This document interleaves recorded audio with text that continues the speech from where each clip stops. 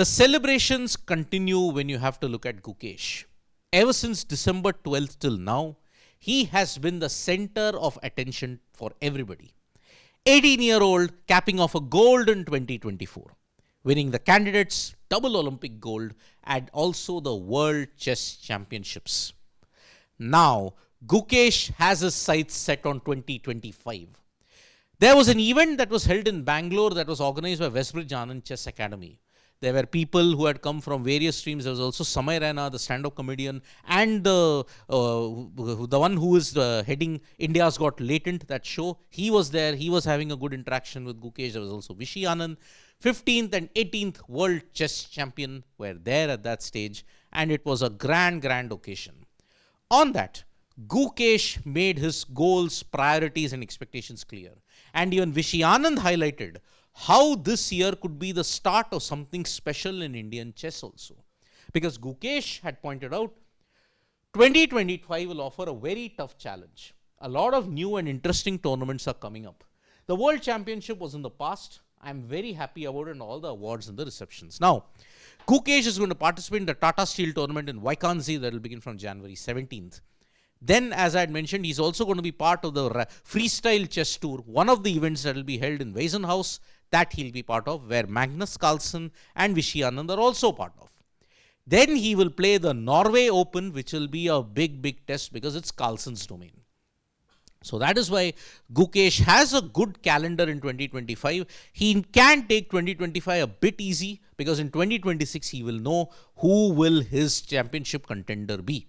Because in 2026, he will await the winner of the candidates. The rest of the others will have to scrap around and ensure that, yes, they get to the candidates and win it. Now, what is Gukesh's prime goal in 2025? I have started thinking about new goals, new tournaments, and new ways to prepare. The goal and approach will be the same: to give my best to keep improving myself and win as many tournaments as possible. Now, Gukesh may be the world champion, but he is not the number one ranked player. And technically, when you look at it, yes, there will always be question marks. Maybe Gukesh in 2025 will want to achieve two things. Number one, pass the 2,800 ELO mark. And second, ensure that he is in the top 3. Because if you're in the top 3, then I think there is a lot more credibility. Overhauling Magnus Carlsen's 2,832 ELO seems impossible at this stage. But at least he can breach the 2,800 ELO mark, possibly get into the top 3 of the world rankings, and ensure that he heads into 2026 high on confidence. But the reception that he has been getting ever since winning the World Chess Championships in Singapore is truly overwhelmed him. Because he mentioned, I had thought that winning the World Championship would be somewhat similar to the candidates, but obviously it's much more. I am grateful for all the attention and recognition. The government had to invoke a special clause to ensure that Gukesh would get nominated in the Khel Ratna cycle. So that's why he's getting the Khel Ratna, which is a massive sporting honor. Viswanathan Anand also got the Khel Ratna in 1991. And that is why this is a very important development. Awards might keep you motivated, but performances will be scrutinized. So that's why Gukesh, as far as the attention is concerned, as far as everything is concerned, has been pretty good about it. His own expectations. He has kept high expectations for himself, and that's why Gukesh is saying, the basic things I remember are to keep improving myself and accepting failures when they come. I think in general I have high expectations of myself, so I think my aim is to meet my own expectations rather than that of others. When he lost those games in the World Chess Championship, Gukesh had the maturity to confront it and say, yes, I didn't do well. I didn't do well in a particular game, but I'm not losing my sleep over it. And it is this mature thinking now in 2025 which will help him in a big way. Ability to spot the mistakes and staying calm under pressure. Gukesh in 2023 lacked that, in 2022 as well. Now under Grigoris Gaevsky, he is really ensuring that he's in the right mental space. And of course, Paddy Upton helped him in a big way. But all of Gukesh, all of India's chess success is all dependent because of one individual who paved the path for success. A trailblazer, a trendsetter, Viswanathan Anand.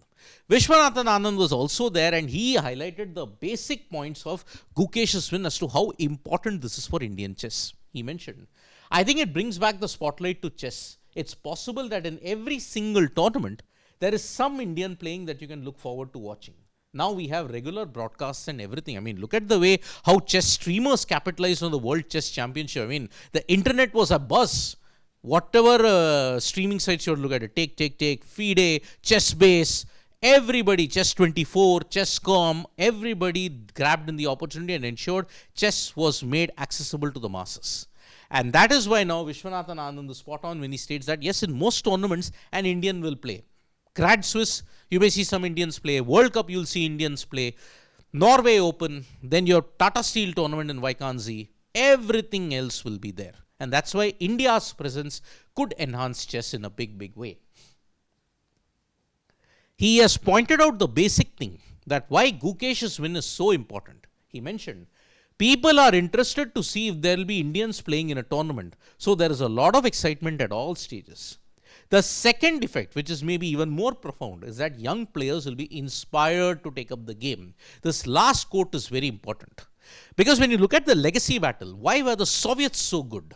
Because forget Spassky, forget anybody else, Mikhail Tal, all of them, they came through the Soviet school that inspired the likes of Karpov, Anatoly Karpov, Garry Kasparov. The Soviet school was there for 50 years. That's why the legacy was there. Anand at that stage in 1990s paved the way for success, and that's why you have Pragnananda, Nihal Sarin, Vidit Gujarati, you have Gukesh, you have Arjun Erigaisi, all of them capitalizing on the success. And prior to that generation, it was Pentala Harikrishna, K. Sasikiran, Koneru Hampi's success also is ensuring that Indian chess remains brilliant in more ways than one. So, in the legacy battle now, the 15th Grandmaster has decided, okay, let the 18th Grandmaster, the chess champion in particular, the 15th chess champion takes over the reign, and now the 18th chess champion has to get it ahead.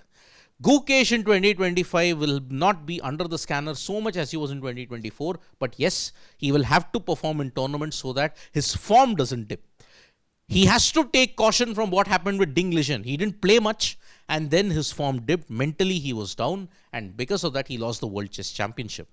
If Gukesh has to leave a lasting legacy, he has to win in big tournaments against the big players. That includes a Caruana, Nepomniachtchi, then you have to include even a Carlsen in that. Every single time, he has to win and put on a good show. Thank you so much, folks, for joining us for this video. Subscribe to Sports Today for all the latest news and analysis.